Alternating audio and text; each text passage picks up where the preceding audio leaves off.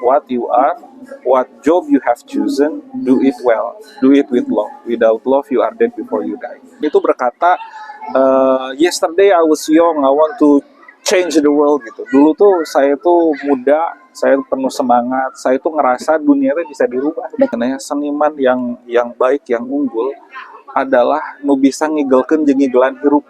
Gak peduli berapa pukulan yang kamu terima, gak peduli berapa kali kamu jatuh, yang paling penting dan harus kamu pedulikan adalah berapa kali kamu bangkit. Mana seni itu bisa hidup dan menghidupi. Beliau yang saya pakai adalah begini. Let's keep the old one, yet create the new ones. We work our best, let God do the rest gitu ya. Yeah.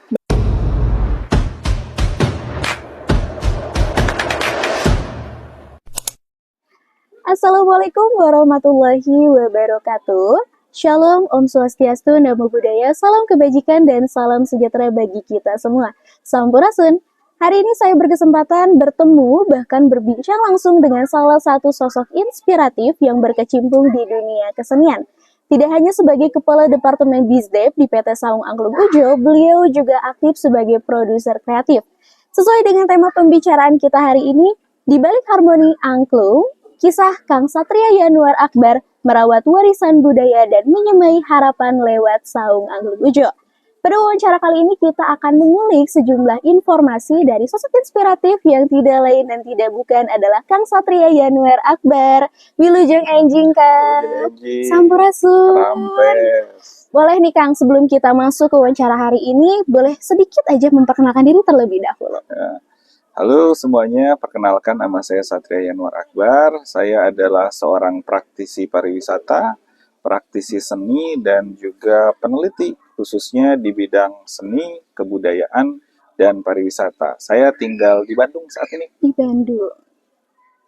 Cukup kan? Cukup aja. Cukup aja. Oke, tanpa berlama-lama kita langsung saja masuk ke wawancara yang pertama. Kang, mungkin bisa diceritain sedikit nih tentang latar belakang keluarga Akang ini seperti apa sih? Dan bagaimana pengaruhnya terhadap pilihan Akang untuk terjun ke dunia seni dan juga budaya? Ya, jadi saya dibesarkan oleh kedua orang tua saya yang berprofesi sebagai dosen.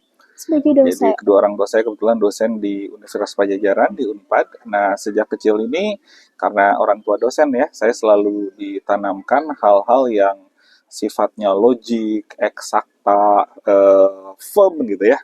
Apalagi kedua orang tua saya berkecimpung di fakultas departemen yang sains lah, lebih ke arahannya. Nah, namun saya tumbuh kembang besar bersama nenek saya yang sangat mencintai kesenian tradisi Sunda. Jadi seperti orang tua muda pada dulu, saya kecil tuh dititipin ke rumah nenek ya. Betul. Kemudian orang tua saya ngajar lah di Unpad. Nah, nenek saya ini pencinta beragam kesenian. Salah satunya itu seni tembang Sunda Cianjuran. Tembang Sunda Cianjuran. Saya ingat mungkin usia saya masih kelas 1 SD atau 2 SD ya. Nah, saya tuh selalu menemani Nini naik beca. Naik beca dari rumah Nini itu di Jalan Tikukur ke RRI Bandung. RRI Bandung itu di jalan apa ya? Di dekat di Penogoro ya. Oh betul, di RRI Bandung, ya, karena pada saat itu latihan tembang Sunda Cianjuran itu di sana. Saya sangat menikmati momen-momen itu bersama nenek, tapi ada hal yang mengganggu saya pada saat itu. Saya lihat teman-teman nenek ini rata-rata pelaku-pelaku seni yang hidupnya itu sangat sederhana. Jadi datang tuh ya paling naik sepeda, naik sama-sama beca, ataupun naik bebek 70 lah paling banyak. Nah, ini berbeda ketika nenek saya ini meminta saya menemani dirinya untuk mengunjungi adiknya, jadi kakek saya adiknya. Betul. Nah, adik saya ini, salah satu adik nenek ini adalah Profesor Wiratman, kita menyebutnya Aki Bruri. Beliau adalah guru besar ITB dan juga penemu cakar ayam jalan tol. Jadi yang mengembangkan jalan tol pertama di Indonesia itu adiknya Nini. Luar biasa. Nah, beliau ini kan seorang dosen dan pengusaha gitu ya, kontraktor. Jadi ingat saya waktu nenek tuh bilang, ayo cenah jajapkeun ke Aki Bruri atau antarkan ke rumah Aki. Saya tuh selalu melihat kok teman-teman Aki ini kebanyakan nggak ada yang naik beca ya gitu. Kebanyakan tuh datang naik mobil, nggak pernah saya pun ada lihat teman-teman kaki ini datang naik sepeda atau motor. Sehingga waktu kecil ini pola pikir dan point of view saya di usia 1 atau 2 tahun, Betul. kelas 1 SD atau 2 SD, saya berpikir jadi seniman teh moal beunghar gitu. Oke, Seniman dengan mah riweuh gitu ya. mindset pada saat itu Pada saat ya itu. Kang ya. Padahal saya sangat menyukai kesenian. Sehingga saya ingat dari sejak saat itu saya punya cita-cita, saya ingin jadi seniman tapi beunghar. Saya bilang gitu. Nah, ini mempengaruhi dorongan hidup saya. Saya akhirnya saat itu mengambil kuliah tidak di Fakultas Seni, tapi saya mengambil kuliah ekonomi. Saya belajar bisnis, saya belajar berdagang karena saya ingin jadi seniman yang benar ya. Walaupun di kesanggaran saya tetap beraktivitas di Betul. kesenian. Sampai akhirnya saya mengerti dan paham bahwa untuk kita sebagai seniman, it's not all about money gitu. Betul Seniman sekali, Kang. itu lebih mengutamakan rasa ya, kepuasan batin, sehingga wajar kalau ada istilah biar tekor asal sohor gitu ya. Betul sekali Kang, Nah, betul. tapi di satu sisi saya pun paham bahwa untuk kita bisa menghasilkan karya seni yang berkelanjutan, karya seni yang besar, diperlukan pengelolaan keuangan yang ketat, kemampuan dan pemahaman tentang bisnis. Betul. Nah, sehingga akhirnya ketika tumbuh kesadaran itu, saya selalu ingin mencoba untuk mengawinkan keduanya. Bagaimana seni itu bisa hidup dan menghidupi. Bagaimana saya menggeluti sesuatu yang saya senangi, tetapi juga bisa memberikan penghasilan bagi diri saya dan bagi keluarga saya. Luar biasa sekali. Ternyata memang sudah silsilah dari orang tua, bahkan dari nenek dan kakek. Kang Satria sendiri pun memang sudah menanamkan mindset yang luar biasa sedari kecil ya Kang ya. Kita lanjut ke nomor 2 Kang. Sejak kapan nih Akang ini ngerasa terhubung dengan dunia seni, khususnya angklung? Ada nggak sih momen tertentu yang membuat Akang tahu bahwa seni ini nih jalur hidup saya? Ya, kalau seni sih sejak dari kecil ya. Tetapi ketika bicara spesifik angklung, itu mungkin sekitar SMP ya. Jadi saya bersekolah di SMP 16. SMP 16 itu tidak jauh dari Saung Angklung Ujo. Pada saat itu rumah saya itu di daerah Ujung Berung. Nah, banyak teman-teman saya itu murid Sanggar Saung Ujo. Sehingga saya tuh penasaran. Jadi pulang sekolah tuh kan waktu itu mah naik angkot atau jalan kaki. Jadi, Betul kan. baiklah orang ngiluan gitu ya. Jadi saya mulailah datang ke Saung Angklung Ujo hanya untuk bermain. Di situ lihat ada sosok orang tua berjanggut panjang. Ternyata itu Pak Ujo. Betul. Nah dulu mah sieun ya ketemu Pak Ujo teh gitu. Tapi ya saya akhirnya bergaul lah di sini. Tidak secara formal ikut jadi murid sanggar, tapi saya mulai merasakan vibe lingkungan di sini. Nah, sampai kemudian saya masuk SMA. Di SMA itu, saya masuk SMA 5 Bandung. Ada klub angklung, tapi saya nggak ikut. Waktu itu saya ngerasa seni saya lebih ke seni pertunjukan. Jadi saya lebih senang menyenangi teater. Saya menyenangi menulis gitu ya, sehingga saya ikut kalau ekskul tuh ada pers kampus gitu ya. Betul kan. Nah, tapi banyak teman-teman saya itu ikut klub angklung pada saat itu, sehingga saya bersentuhan dan membantu dalam beberapa aspek persiapan kalau klub angklung mau bikin konser, mau bikin acara, saya turut-turut membantu lah. Nah, ini berkembang sampai ketika kuliah akhirnya saya bertemu dan bersahabat dengan salah satu putra Pak Ujo, Kang Taufik Ujo, poin nomor 9. Nah, kami sering banyak bertukar pikiran mengenai bagaimana seni itu harus dikelola. Karena pada saat itu saya kuliah di Unpar, saya mengambil manajemen pemasaran.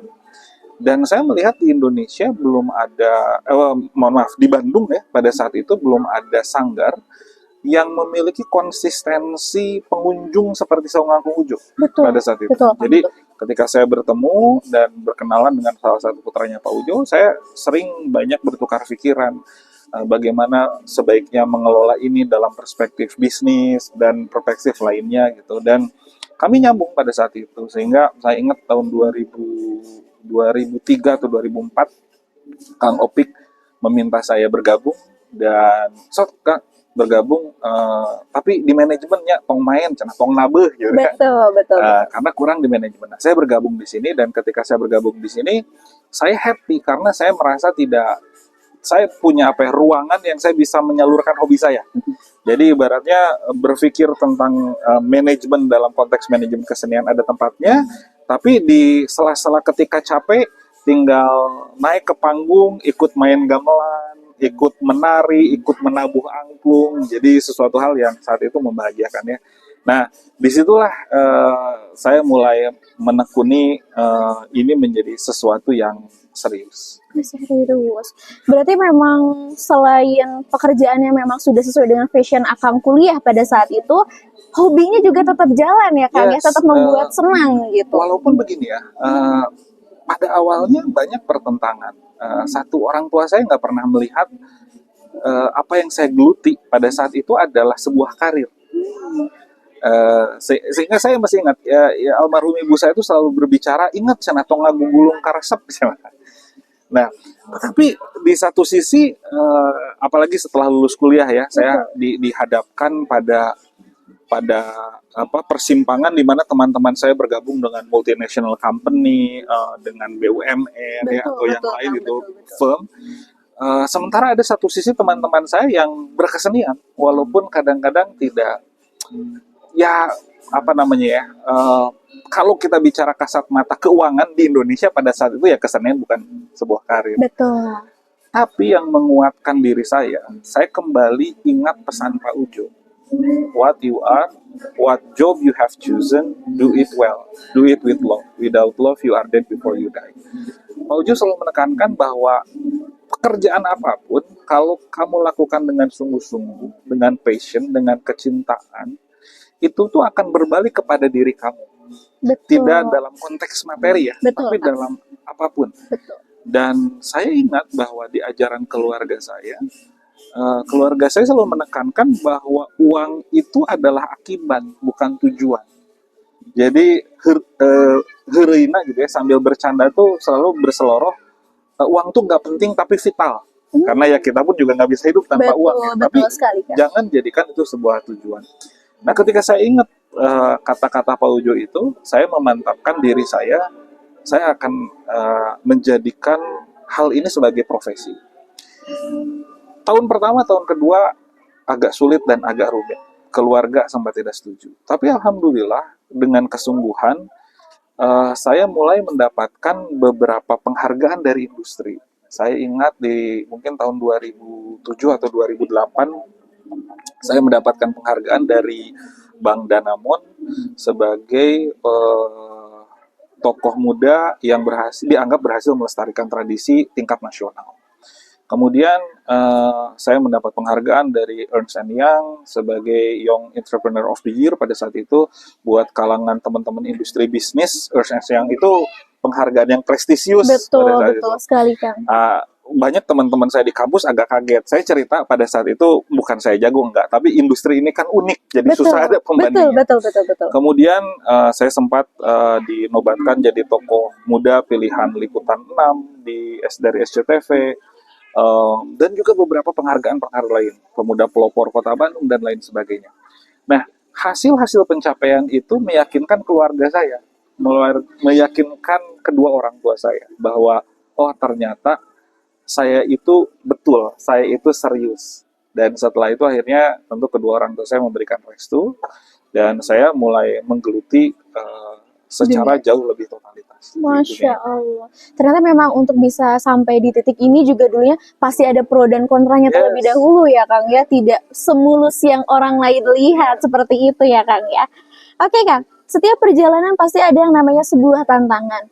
Bisa diceritain sedikit nggak sih Kang tentang tantangan terbesar yang pernah Akang hadapi dalam hidup, baik itu di dunia seni ataupun kehidupan pribadi, dan gimana sih cara Akang menghadapi tantangan tersebut? Ya, tantangan pasti sangat banyak ya, dan mungkin yang bisa menjadikan saya seperti ini hari ini adalah tantangan-tantangan yang saya hadapi. Saya tidak bilang bahwa semua tantangan ini berhasil kita lalui ya, masih ada beberapa yang masih harus saya itu bergelut dengan tantangan ini. Tapi setidaknya saya menyadari bahwa yang namanya hidup selama kita hidup itu kita pasti akan selalu berhadapan dengan tantangan Betul. dan ya harus menghadapinya.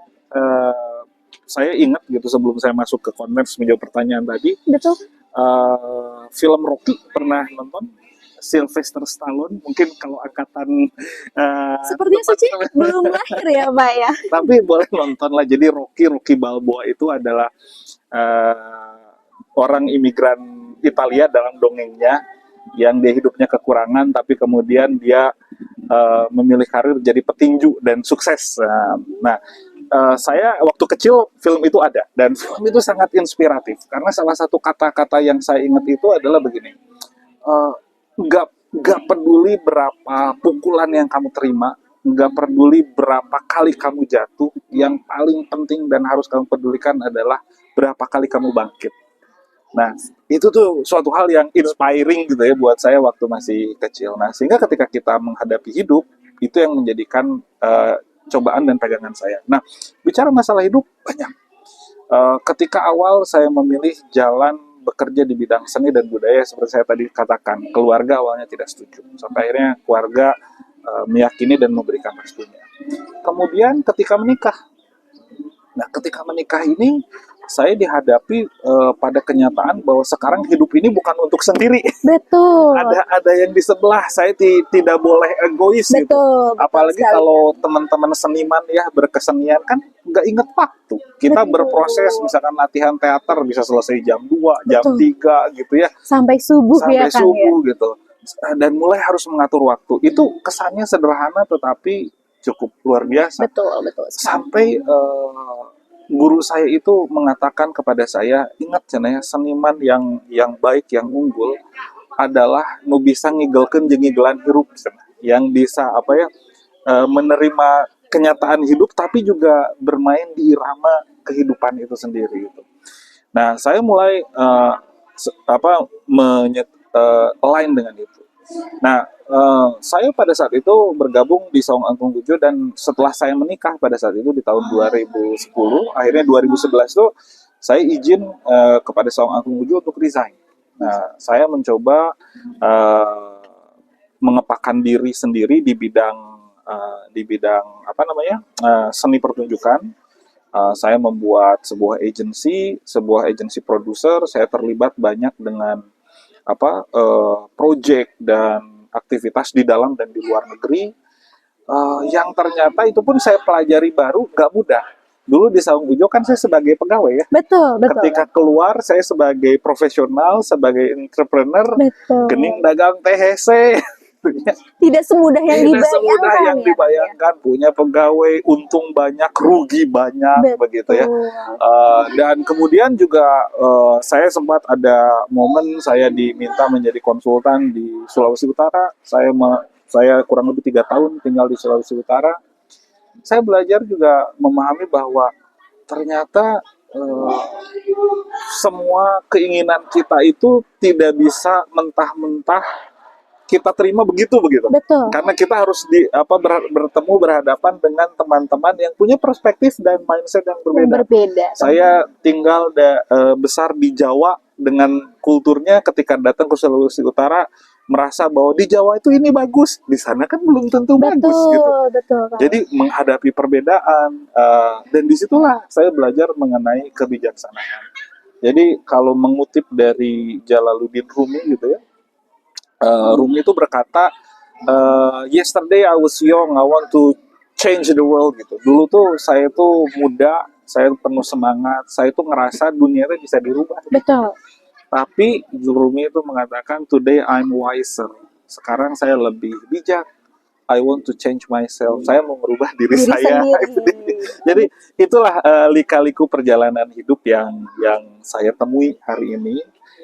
Saya bersyukur dengan segala sesuatu yang diberikan oleh Allah, dan saya juga berharap kedepannya masih bisa berselancar di dinamika zaman yang sangat menyenangkan dan menegangkan ini lagi. Menyenangkan dan menegangkan ya Kang ya. Di samping menyenangkan itu juga ada hal-hal yang menegangkan ya Kang. Betul, seperti itu. Lalu selanjutnya Kang, di balik kesuksesan Akang saat ini, tentu ada yang namanya sebuah pengorbanan ya Kang ya.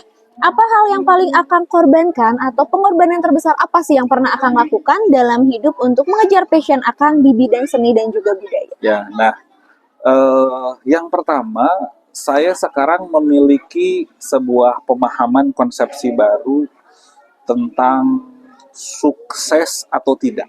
Jadi buat saya sukses atau satu titik gitu ya, yang kita tanamkan itu adalah nilai-nilai utopis, nilai-nilai yang tidak akan pernah kita raih, tapi itu penting sebagai direction kita. Nah, kenapa? Karena kalau kita sudah meraih itu, tugas kita di dunia itu sudah selesai. Jadi nggak ada poinnya gitu. Betul, betul. Jadi selalu manusia itu ketika misalkan kita ingin mengejar titik nomor 5, udah nyampe nih di 4, ketika kita mau nyampe ke 5, pasti kita tuh jadi tiba-tiba kepikiran titiknya 6 ya, titiknya 7 ya, titiknya 8, itu tuh selalu berevolutif Betul, gitu ya. betul.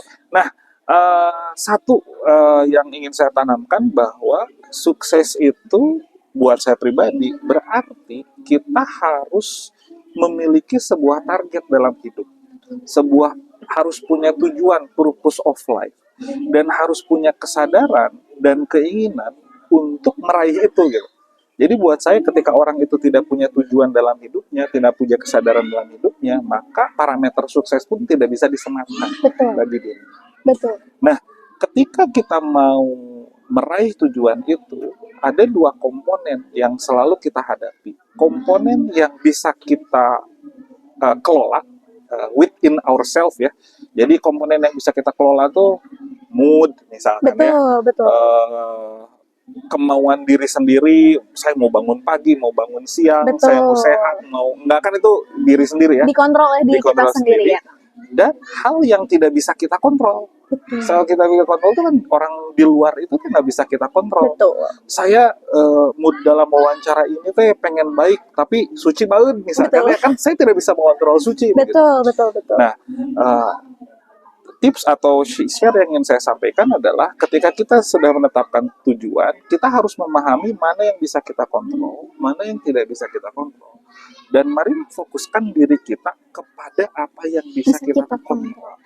Nah, dari apa yang bisa kita kontrol itu kita yang menentukan. Banyak orang berbicara work-life balance gitu. Tapi saya pikir untuk menjadi lebih dari yang lain, kalau kita ingin sukses sesuai dengan parameter kita, agak susah work-life balance. Betul. Gitu. Saya ingin misalkan pergi tahun depan ke Mekah misal ya, misal saya harus punya tabungan 100 juta. Penghasilan saya sekarang kalau normal satu hari misal 10 juta. Maka kalau dia double, saya harus kerjanya double agar penghasilan saya juga bisa double juga. Nah, hal-hal itu yang kemudian kita fokuskan. Nah, setelahnya, karena saya orang yang beriman, yang percaya kepada Tuhan, saya serahkan kepada Tuhan. Jadi, we work our best, let God do the rest, gitu ya. Ya, betul. Nah, itulah yang mungkin ingin saya sampaikan kepada teman-teman sekalian. Fokus kepada target tujuan, fokus kepada apa yang bisa kita miliki, dan kemudian yang ketiga, serahkan semuanya kepada Tuhan. Betul. Yang penting kita sebagai manusia sudah berusaha semaksimal dan sebaik mungkin ya Kang ya. Sisanya ataupun hasilnya nanti itu kita serahkan sama yang di atas.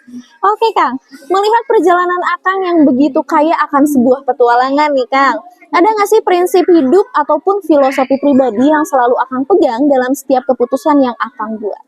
Ya, yang pertama saya menganut sebuah sistem pandangan pribadi yang diberikan oleh guru saya yang disebut Rawayan Jati.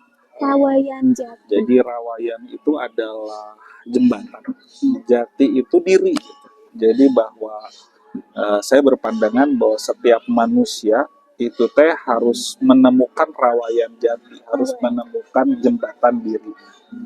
Nah, menemukan jembatan dirinya itu tuh ada beberapa sifat dan prasyarat yang dimulai kalau orang Sunda itu bicara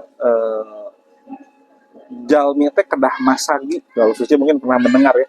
Jadi sempurna di Sunda itu ada istilah masagi. Jadi bukan bulat, masagi teh kotakan gitu ya. Betul Kang. Nah, kenapa masagi? Ternyata 4 kotak dan 4 sifat itu ada 4 pasifatan dasar yang harus dimiliki oleh orang Sunda. Apa cenah? Yang pertama kudu pengkuh agamana. Nah, saya menganut bahwa kalau saya ingin menemukan rawa yang jati, maka saya harus memilih agama. Betul. Jadi manusia Sunda itu adalah manusia yang tidak mengenal agama. Agamanya apapun, enggak. Tapi harus pengkuh agamana. Yang dibangun adalah spiritual quotient yang pertama. Nah, setelah pengkuh agamana, dia harus luhung elmuna. Nah, luhung elmunya itu ilmunya harus ditingkatkan. IQ-nya, intellectual quotient-nya. Makanya sampai sekarang misalkan saya menyenangi belajar, saya menyenangi membaca karena ilmu itu penting. Betul. Nah, setelah luhung elmuna nokatilu kedah jembar budaya. Nah, jembar budaya itu bagaimana budaya itu bisa tersebarkan dengan baik, dan yang terakhir rancage gawena terwujud dalam aktivitas keseharian. Saya yakin 4 caturaga ini juga diarifi oleh teman-teman di Unpas gitu ya, karena guru saya teh sama juga gitunya, guru yang membangun Unpas, almarhum Pak Hidayat Srilaga, yang banyak memberikan perspektif itu. Nah, dari 4 itu ada yang dinamakan sad kemanusiaan. Nah, sad kemanusiaan itu bagaimana kita harus patuh dan sadar dan paham apa sih tujuan hidup di dunia. Jadi finding purpose in life. Betul, gitu ya. betul. Dan saya selalu ya meyakini bahwa setiap manusia itu diciptakan dengan manfaatnya. Tidak harus menjadi orang besar, karena nggak semua juga orang bisa menjadi orang besar. Betul. Tapi yang bisa kita lakukan adalah menjadi bermanfaat. Gitu. Setiap orang itu harus bisa jadi orang yang bermanfaat. Betul. Gitu. Nah, inilah yang kemudian saya sekarang ini coba jalani dari hari ke hari, dari perlahan demi perlahan, dan saya yakin sesuatu hal yang dilakukan kecil tetapi konsisten itu akan menjadikan karakter pada diri kita, dan in long term itu bisa menjadi sesuatu gitu. Begitu sih. Begitu ya Kang, kurang lebihnya seperti itu. Lalu selanjutnya bagaimana proses transformasi yang Akang lakukan dalam membawa Saung Angklung Ujo tetap relevan di tengah modernisasi zaman sekarang, Pak? Ya, kalau bicara terkait dengan Saung Angklung Ujo, ini berbicara tentang hubungan kolektif.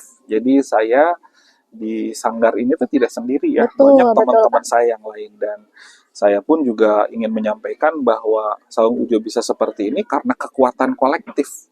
Bagaimana ini kekuatan yang diajarkan dari pendiri Pak Ujo sendiri, sebagai Pak Ujo sebagai founding father, dia bisa menyebarkan semangatnya kepada tetangga-tetangganya, kemudian generasi-generasi selanjutnya. Nah, hal yang menarik di Saung Angklung Ujo adalah organisasi ini memberikan ruang untuk gagasan baru dan untuk diskusi. Pak Ujo itu menetapkan fondasi tentang relevansi. Jadi dia tuh selalu berkata, Pak Ujo ini kebetulan bisa banyak bahasa, tidak hanya bahasa Inggris. Jadi dia berbahasa Belanda, Jerman, Prancis, meskipun nggak 100% fasih, tapi dia mengerti gitu. Dan Pak Ujo tuh melakukan itu dengan otodidak. Ya, dengan otodidak. Nah, salah satu quote-nya beliau yang saya pakai adalah begini: let's keep the old one, yet create a new one. Jadi yang lama itu disimpan sebagai dasar gitu ya, tetapi teruslah bikin sesuatu yang baru. Sehingga di organisasi Saung Angklung Ujo kita tuh tidak tabu terhadap perubahan. Kan ada mungkin beberapa komunitas yang kalau berubah teh dosa gitu ya. Betul. Karena kita komunitas yang memegang teguh yang nggak boleh dirubah mah cuman Quran ya gitu. Jadi selain Quran mah ya bisa dirubah gitu. Nah, keterbukaan dan openness dari organisasi ini yang membuat kita jauh lebih mudah untuk bertransformasi. Walaupun saya perlu katakan tidak hanya di Saung Ujo tapi juga di semua organisasi, berubah itu bukan hal yang mudah. Sadar atau tidak sadar, kita tuh kadang-kadang nyaman terhadap keadaan. Betul, Kang. Dan kadang-kadang tidak mau untuk berubah. Tidak mau lepas dari zona nyaman. Betul. Ya, Kang ya. Ini contoh misalkan dalam beberapa hari ini, saya tuh akhirnya meyakinkan hati bahwa sosial media tuh selain banyak mudorotnya juga gitu. Bukan, ada nilai positifnya juga, Betul. tidak hanya negatifnya saja. Betul. Saya tidak bersosial media mungkin 20-30 tahun lebih. Jadi saya tuh nggak punya sosial media pribadi. Selama itu kan? Selama itu. Jadi saya itu dulu hanya buka Friendster. Ya. Kamu belum ngalamin Friendster ya. Belum lahir sepertinya, Suci. Setelah itu awal Facebook, saya buka Facebook, itu juga mungkin waktu masih awal kuliah ya. Betul. Setelah itu saya enggak lah gitu, karena pada saat itu pikiran Betul. saya kan kalau sosial media itu dorongan tuh kita selalu ingin mengupload apa yang baik ya, Betul. bukan apa yang buruk gitu. Betul. Jadi buat saya pribadi itu merupakan hipokrisem gitu, satu kemunafikan diri pancuna hirupnya tegenah wae gitu ya. Sehingga saya puluhan tahun tidak bersosial media sampai malam tadi anak saya bercerita, Betul. Abah sana, saya tuh pengen lihat karya Abah di mana. Karena kan ternyata mungkin anak saya sekarang yang paling besar sudah SMP, dia pengen tahu lebih dalam tentang bapaknya. Betul. Dia pengen lihat Karya-karyanya ya, bapaknya Kang, di ya. mana, dan tidak menemukan di jejak media, dan dia malah menemukan beberapa penulis lain tinggal lihat saratannya saya. Dan akhirnya saya berpikir ya mungkin salah satu fungsi yang bisa dilakukan oleh sosial media itu adalah mendokumentasikan perjalanan hidup kita kan gitu. Betul Nah, kan. akhirnya saya kalah, dan baru hari ini Suci saya membuka Instagram pribadi. Masya Allah, pantas ya Kang ya, selama Suci untuk research, Kang Satria Yanuar Akbar ini yang muncul tuh malah orang lain lagi. Berarti memang selama 20-30 tahun itu saya sama tidak sekali anti sosial media banget Ya, ya, sebetulnya Kang? saya memantau Betul. gitu ya. Saya tidak gaptek juga, saya tahu betul. TikTok segala macam, tapi buat pribadi itu tidak. Tidak langsung terjun untuk kayak TikTok kan biasanya upload sesuatu, Iya, untuk Instagram kita juga membuat Betul. SG dan lain sebagainya, tapi Betul. Akang memilih untuk memantau saja tapi tidak Yes. langsung terjun ke Betul. sosial medianya. Seperti itu ternyata 20-30 tahun tidak memegang sosial media sama sekali, tapi luar biasa sih Akang, maksudnya dengan tidak memegang sosial media tapi seiring berjalannya zaman ini tetap harus mengikuti ya, Yes, Kang ya. yes. Betul, seperti itu. Lalu Kang, apa nilai-nilai utama yang selalu Akang pegang dalam berkarya dan membina komunitas seni di Sawung Angklung Ujo ini sendiri? Ya, saya sangat menyenangi pertama nilai Ujo. UDJO ya, ulet, disiplin, jujur, optimis gitu. Saya pikir 4 nilai itu adalah nilai dasar yang harus dimiliki siapapun kalau ingin maju. Betul. Dia harus punya keuletan gitu ya. Kalau istilah sekarang tuh resiliensi, resilient. Dia harus punya disiplin diri, dia harus punya kejujuran, dan dia harus punya optimisme. Betul sekali, Nah, Kang. 4 hal itu yang saya terus pelajari dan saya pertanyakan kepada diri saya kembali. Sudah uletkah saya? Sudah jujurkah saya? Sudah disiplinkah saya? Sudah optimiskah saya memandang sesuatu? Nah, itu nilai dasar yang bukan hanya untuk organisasi, tapi saya pegang. Betul. Untuk diri Akang sendiri juga ya, Kang. Sudah cukup Akang jawabannya seperti itu? Nah, rada manjang sebetulnya. Boleh. Nah, ketika 4 nilai diri ini tersublimasi, istilah saya teh sirnaning diri gitu ya, itu tersublimasi. Kemudian tahap kedua, jadi tahap kedua itu saya meneladani 14 sikap dasar yang konon katanya ini dituliskan oleh Rakyan Dharma Siksa. Rakyan Dharma Siksa adalah seorang raja besar di Tatar Sunda. 14 nilai dasar ini disebut Pangim Buhing Tuah. Pangim Buhing Tuah. Ini ada tercantum di kitab Dharma Siksa. Nah, 14 dasar ini adalah 14 nilai dasar universal yang dia mengajarkan sifat hubungan antara diri, antara sosial dan antara Tuhannya. Jadi kalau tadi 4 sikap ulet, disiplin, jujur, Dan optimis itu kan lebih ke internal kita. Betul. Nah, kemudian bagaimana kita mengejawantahkan hubungannya dengan sosialnya. Dengan sosial. Nah, di 14 dasar pangimbuing puah itu, misalkan ayan ada yang istilah ngalaangen. Ngalaangen. Jadi ngalaangen itu kan terminologi untuk mengambil hati. Mengambil Nah, hati. jadi dalam hal apapun ini, dalam konteks kalau Suci di ilmu komunikasi ya, Betul. itu kan pasti ada sender, ada receiver, ada noise. Iya, betul. Ketika noise itu banyak, sebagaimana bagusnya si sender ini, ya receivernya nggak akan terima. Betul. Nah, tetapi ketika noise itu kecil atau si receivernya ini punya daya akseptansi yang besar, sekecil suaranya dari sender itu pasti akan masuk. Betul. Nah, ngalaangen atau ngambil hati itu adalah pola untuk menerapkan komunikasi itu. Jadi kalau istilahnya itu ada di istilah Sunda itu disebutnya itu panca curiga. Panca curiga. Ya, ada 5 nilai dasar lagi. Kan tadi 4, sekarang tambah 5 ya. Sekarang tambah lagi 5. Ada silip, simbol, sindir, siloka, sasmita. Gitu. Jadi kita harus bisa membaca yang tidak hanya tersurat tapi tersirat. Betul. Kita harus bisa memaknai simbol, kita harus memaknai leksikon. Jadi empatinya dibangun. Jadi ketika misalkan kita lagi ngobrol, Suci tuh kemudian gitu batuk. Betul. Saya otomatis ngambil air, Neng, lihat hela. Nah, itu adalah bentuk bagaimana nilai-nilai empati itu dibangun dan menjadikan lingkungan komunikasi sosial ini kondusif sehingga nilai diri kita atau sender yang kita sampaikan itu nyaman. Dalam dunia modern, saya banyak melihat nilai-nilai ini di Pak Deddy Mulyadi, misalkan Pak Gubernur kita, bagaimana dia berinteraksi, dia tahu kapan ke seseorang harus marah, kapan ke seseorang dia harus mengusap, kapan seseorang harus berempati, gitu ya. Itu saya pikir menjadi contoh yang bagus dalam komunikasi kita, khususnya di wilayah timur ya, di society masyarakat itu. Nah, setelah itu yang terakhir adalah bagaimana kita berkomunikasi dengan Tuhan kita. Karena sebagai orang yang beragama, saya tuh yakin kita teh mulai kajati mulang ka asal. Kita dilahirkan dengan purpose dan kita teh akan kembali lagi gitu ke asal. Sehingga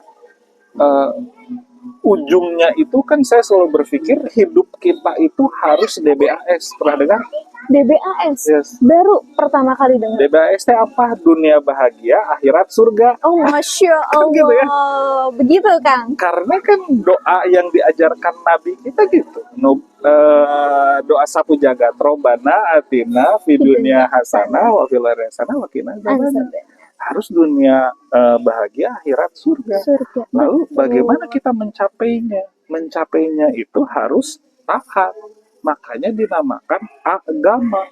Ada aturan kan gitu. Taat terhadap apa? Terhadap aturan. Kalau saya Islam, saya berarti harus paham rukun Islam dan rukun iman. Panduannya apa? Quran dan hadis. Gitu. Nah, itu yang kemudian merefleksikan nilai diri, nilai terhadap sosial, dan nilai terhadap Tuhannya. Sesuai dengan yang kita imani bersama-sama. Nah, itu yang setidaknya menjadikan diri saya lebih tenang, lebih siap menghadapi dinamika kehidupan. Betul sekali. Gitu. Jadi dewe kadinya.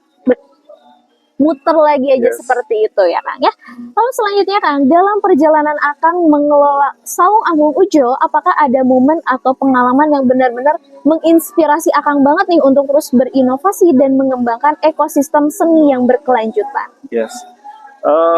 Momen banyak. Jadi yang pertama salah satu guru saya selalu menekankan kemampuan kita tuh untuk belajar melihat yang baru. Karena kebetulan saya tuh senang juga jalan-jalan ya, saya senang dunia pariwisata, jadi saya selalu meluangkan waktu kapanpun tuh untuk keliling. Nah, Karena sama seperti yang saya sampaikan di perbincangan kita beberapa hari yang lalu, Betul, betul. eh, kita tuh harus bisa looking out, looking in, moving on. Nah, rumusnya tuh gitu. Betul. Kalau kita nggak pernah looking out, kita nggak akan tahu kita teh bagus atau enggak. Betul. Kita ngerasa udah bagus, ternyata orang lain lebih bagus. Ada yang lebih kan, bagus gitu. lagi ya, Kang. Nah, tapi yang paling penting kan bukan siapa yang bagus. Yang paling penting itu moving on-nya. Bagaimana yang kita karyakan itu bisa berdampak Betul, kepada betul lingkungan yang sekitar kita. Nah, ketika saya di Saung Angklung Ujo, saya menemukan komposisi itu dan itu menjadikan sesuatu hal yang sangat menyenangkan. Looking out itu terkadang saya maknai bukan hanya kita harus jalan-jalan berwisata ke tempat jauh, ya. Betul. Tapi ketika bertemu dengan orang baru, mendengarkan perspektif baru, itu cara bagian dari looking out yang menarik. Saya di sini berkecimpung dengan anak-anak kecil. Betul. Saya mengasuh gitu ya adik-adik anak-anak kecil yang sekarang senangnya teh begini. Velocity, gitu ya. orangnya statue. Ya, tapi kemudian itu memberikan perspektif baru bahwa ternyata pola-pola yang seperti ini misalkan ya, Betul. pola-pola yang bagus dan baik untuk mengajarkan anak-anak tentang motorik, tentang koordinasi, gitu ya, Betul. tentang kesenangan, Betul. kebahagiaan. Itu adalah perspektif baru yang saya maknai gitu. Ketika saya bersentuhan dengan adik-adik yang baru, bagian dari looking out. Dan di internal ini kita olah looking on dan moving on. Jadi simpulannya bahwa saya memandang setiap momen itu adalah momen yang menarik dalam hidup. Tidak ada yang ketika kita bisa memaknai itu, kita kemudian bisa menjadi lebih sadar bahwa hidup ini jauh lebih indah, lebih berwarna, dan ini banyak hal yang menyenangkan untuk dilakukan. Betul. Banyak sekali hal-hal yang kalau kita maknai secara perspektif yang memang bahagia itu pasti bisa bahagia juga ke depannya. Seperti itu ya, Kang ya.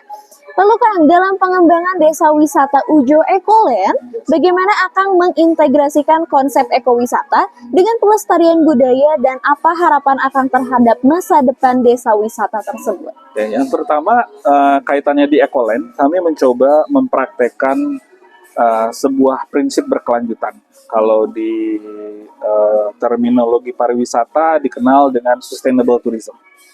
Nah, apa sih yang dimaksud dengan sustainable tourism gitu ya, atau prinsip keberlanjutan ini? Saya menggarisbawahi ada dua hal yang harus ditekankan. Hal yang pertama, menyadari bahwa apa yang kita perbuat di hari ini itu tidak akan mengurangi hak dari generasi yang akan datang. Nah, saya ngelihat kalau di pariwisata dulu ya, umumnya tuh selalu tidak begitu. Jadi pariwisata, hutan nih lebat, dipotong pohonnya, dijadiin lah tempat wisata, amusement park gitu ya. Betul. Yang kemudian generasi berikutnya kesusahan karena hutan dipotong itu nggak ada air kan. Betul. Nah, itu tidak pariwisata. Tapi kemudian saya jadi ingat gitu, ketika saya lihat di sosial media, Pak Deddy gubernur kita tuh menyebutkan hal yang menarik, yang betul. Contoh kan dalam konteks pariwisata ya, semua yang artifisial itu pasti ada zamannya. Yang alami itu nggak ada zamannya. Orang dari zaman dulu sampai sekarang nggak angger ke gunung, angger ke laut. Betul, gitu betul ya. Kang, betul. Kalau Dufan sekali-kali. Iya, betul, gitu. betul. Nah, jadi prinsip sustainabilitas itu yang hal pertama adalah menyadari itu. Nah, yang kedua, dalam setiap derap pembangunannya, kita dituntut untuk menjaga keseimbangan antara pertumbuhan ekonomis dengan pertumbuhan ekologis dan pertumbuhan sosial. Nah, saya mencoba mempraktekkan hal ini di Ujo Ekoland. Karena di kawasan Ujo Ekoland, di desa yang ada di sekitar Ujo Ekoland ini, tempatnya itu sangat bersentuhan perbatasan antara desa dan kota. Desa dan kota. Nah, desa dan kota ini punya permasalahan sosial tersendiri. Banyak generasi muda contohnya sudah nggak mau ke sawah, sudah nggak mau ke ladang, karena menjadi petani itu tidak gaya, bukan tidak menghasilkan, tidak gaya. Tetapi ketika beraktivitas ke kota, secara skillnya kan belum mencukupi, kalah di persaingan. Sehingga akhirnya mereka ngambil shortcut. Shortcutnya apa? Jual tanah, punya uangnya berada di sementara gitu ya. Selama mereka punya uang itu anggap 3 tahun, 5 tahun. Habis itu kembali tidak punya apa-apa dan Betul. akhirnya hak hidupnya jadi tidak jelas. Betul, Nah, betul kita sekali. tidak ingin itu terjadi di tetangga-tetangga kita, di sekitar-sekitar kita, sehingga Ujo Ekoland ini menanamkan kayak tadi yang Pak Ujo sampaikan, what you are, what job you have chosen, do it well, do it with love, without love you are dead before you die. Kita menguatkan kepada teman-teman melalui jalur pariwisata bahwa apa yang kita geluti ini bisa keren kok. Kalau kita sungguh-sungguh, ingat tidak akan ada yang namanya kota kalau nggak ada desa. Betul Dan sekali. sebaliknya juga Betul, nggak ada betul, desa betul. kalau nggak ada kota. Iya, Nah, dua hubungan ini seperti laki-laki dan perempuan gitu, saling melengkapi. melengkapi satu sama lain. Dan ya, ketika kita dalam tanda kutip ditasbihkan untuk beraktivitas atau bertugas di desa, kita lakukan sebaik mungkin. betul. Bagaimana mengurus, bagaimana menata gitu ya, agar desa itu punya nilai baik. Dan saya yakin ketika itu ada hukum alam, kita berbuat baik akan balik ke kitanya Betul, baik, kan betul gitu. sekali Kang. Kita betul. menjaga desa, kita pun akan mendapat manfaatnya. Betul. Nah, saya buktikan ini. Jadi ketika saya 1 tahun pertama saya mengelola Ujo Ekoland, saya tuh jadi nggak tahu harga telur, nggak tahu harga ayam, nggak tahu harga ikan, nggak tahu harga cabai. Kenapa? Dan nggak pernah beli, ada terus gitu di sekeliling tuh gitu. Ya Allah. Jadi ayam nogandog dimakan, nih cengek tinggal metik. Betul Jadi sekali Kang. kita nggak tahu pada saat itu harga telur naik, cengek, Betul. nah, gitu. Dan itu yang saya bilang tuh, wah ini jadi nikmat pisan cek Betul, saha orang desa betul. riweuh gitu. Betul Nah, sekali. itu yang ya perspektif yang ingin saya sampaikan gitu ya kepada teman-teman, dan itu misi yang sedang kita lakukan juga di Ujo Ekoland. Luar biasa sekali, ternyata di balik wisata Ujo Ekoland ini tuh menyimpan banyak sekali manfaat yang luar biasa ya Kang ya. Kita lanjutkan, di tengah tantangan globalisasi dan digitalisasi ini, bagaimana akan menjaga agar nilai-nilai tradisional yang terkandung dalam Saung Angklung Ujo tetap terjaga dan diterima oleh generasi muda? Ya, yang pertama memang meskipun susah ya, kita teh harus kembali ke Purwadaksina. Purwadaksinya itu kembali kepada asalnya. Kalau kita orang Sunda ya kita teh harus tahu tatapakan urang teh saha. Nah, globalisasi ini sesuatu hal yang tidak bisa kita nafikan dan tidak bisa kita bendung, Betul. tapi bisa kita kelola dengan baik. Salah satunya adalah menjadikan generasi kita atau kebudayaan kita kebudayaan yang produktif. Betul. Saya ambil contoh, dengan adanya globalisasi, semua orang nonton drama Korea kan ya? Betul. Tidak, Drakor, enggak, ya? karena mudah. Nah, ditanya kenapa nggak nggak nonton drama Indonesia, apakah nggak bagus? Enggak juga. Problemnya hanya satu, drama Indonesia tidak sebanyak drama Korea. Betul. Kalau drama Indonesia setiap minggu keluar yang Betul, baru dan betul, segala betul, macam, betul. mungkin orang pun juga akan memilih opsi. Jadi artinya apa? Globalisasi dalam sektor budaya, saya garis bawahi itu bicara tentang produktivitas, karena saya meyakini budaya ini tuh seperti apa ya, seperti hukumnya seperti udara gitu, dia berjalan dari tempat yang padat ke tempat yang kosong. Ini sebagai gambaran cenah Kang Satria Sunda nah nganggo acukna ye Uniqlo misalkan, kan gitu. Pertanyaannya, baju Sunda mana nu siga Uniqlo, Betul. kan gitu. Betul. Nggak banyak kan, ada mungkin tapi nggak Ada. banyak. Ketika ada pun kita aduh ngageleuna di mana, harus di Shopee lama dan segala mana gitu. Artinya lebih ke produktivitas itu. Iya, betul. Tetapi kalau kemudian dari segi kreativitas segala macam yang seperti Uniqlo teh ada banyak, ya akhirnya juga jadi pembanding kan. Betul. Nah, berkaca dari itu, kami mencoba menjawab itu di Saung Angklung Ujo. Saya menyampaikan bahwa kebudayaan kita akan terus lestari kalau kita bisa menampilkan produktivitasnya kita. Contoh misalkan, saya memaksakan diri setiap hari harus ada pertunjukan kesenian. Betul. Sehingga ketika siapapun yang nanya, saya mau ninggalin angklung di mana, jawabannya ada di Saung Ujo. Tehese gitu. Betul Itu sekali adalah kan. pola produktivitas yang kita dorong, dan dengan itu orang jadi punya opsi. Betul. Tidak harus melulu ke bioskop, Betul. tidak harus melulu mengkonsumsi yang asing, Betul. karena yang lokalnya Ada ya Kang. Nah, dan saya pikir kesadaran itu yang perlu kita tanamkan kepada seluruh pelaku budaya Betul, dimanapun gitu betul. ya, agar sama-sama berkembang. Saya tidak anti dengan purisme, artinya gitu, maksudnya udah hukum alam kan, Betul. ada survival of the fittest, semua yang hidup tuh pasti ada matinya. Betul. PR-nya kan kapan matinya, Betul, dan apakah kita mau di wilayah yang memang menyerah dengan keadaan, atau kita memang di wilayah yang mau menjadi dominan. Nah, itu kan Betul. semua berpulang kepada kita sendiri. Betul, kembali lagi pada diri kita sendiri ya. Seperti itu, sudah cukup kan jawabannya? Oke, selanjutnya, the last but not least nih Kang, di masa depan selain terus mengembangkan Saung Angklung Ujo, apakah ada impian atau proyek pribadi yang ingin Akang capai dalam hidup? Dan apa yang ingin Akang wariskan atau Akang sampaikan kepada generasi mendatang nih Kang? Ya. Yang pertama, kalau bicara masalah pribadi, saya sekarang ini sedang fokus ingin menyelesaikan kuliah sampai tingkat doktoral.